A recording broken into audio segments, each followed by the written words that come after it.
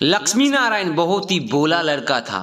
वह प्रतिदिन रात में सोने से पहले अपनी दादी से कहानी सुनाने को कहता था। दादी उसे नागलोक, पाताल लोक, गंधर्व लोक, चंद्रलोक, सूर्यलोक आदि कई धार्मिक कहानियां सुनाया करती थी। एक दिन दादी ने उसे स्वर्ग का वर्णन सुनाया। स्वर्ग का वर्णन इतना सुंदर था कि उसे सुनकर लक्ष्मी नारायण स्वर्ग देखने की हट करने लगा। दादी ने उसे बहुत समझाया कि मनुष्य स्वर्ग नहीं देख सकता, किंतु लक्ष्मी नारायण रोने लगा और रोते रोते वह सो गया।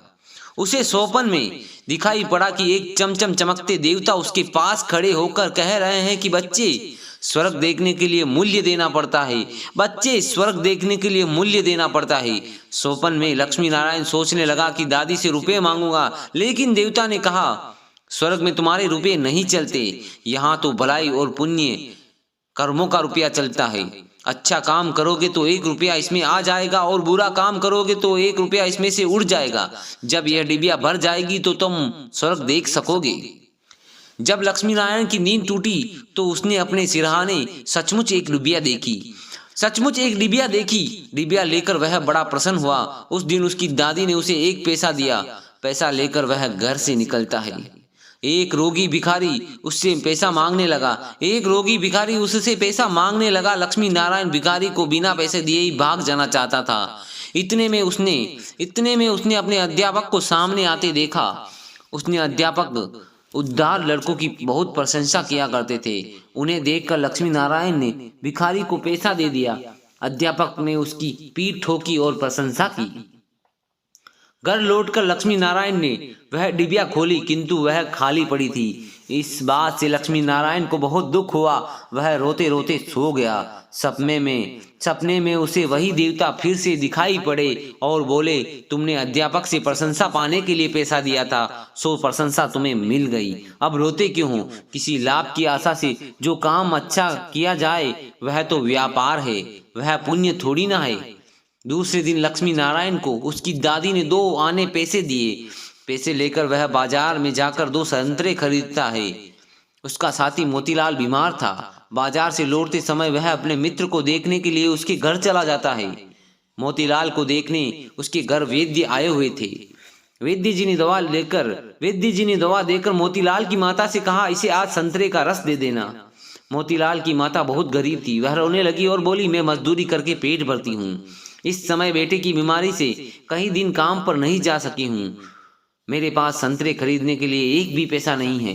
लक्ष्मी नारायण ने अपने दोनों संतरे मोतीलाल की माँ को दे दिए। वह लक्ष्मी नारायण को आशीर्वाद देने लगी। घर जाकर लक्ष्मी नारायण ने अपनी डिबिया खोली तो उसमें 2 रुपए चमक रहे थे।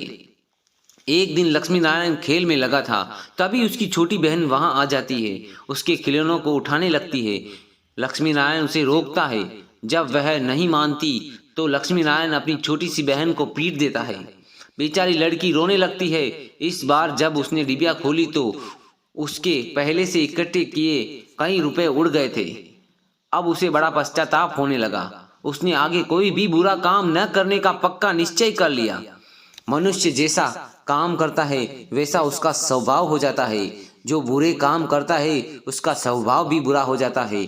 उसे फिर बुरा काम करने में ही आनंद आता है। जो अच्छा काम करता है उसका स्वभाव अच्छा हो जाता है। उसे बुरा काम करने की बात भी बुरी लगती है। लक्ष्मी नारायण पहले रुपयों के लोभ से अच्छा काम करता था।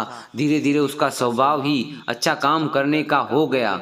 अच्छा काम करते करते उसकी डिबिया रुपयों से भर गई।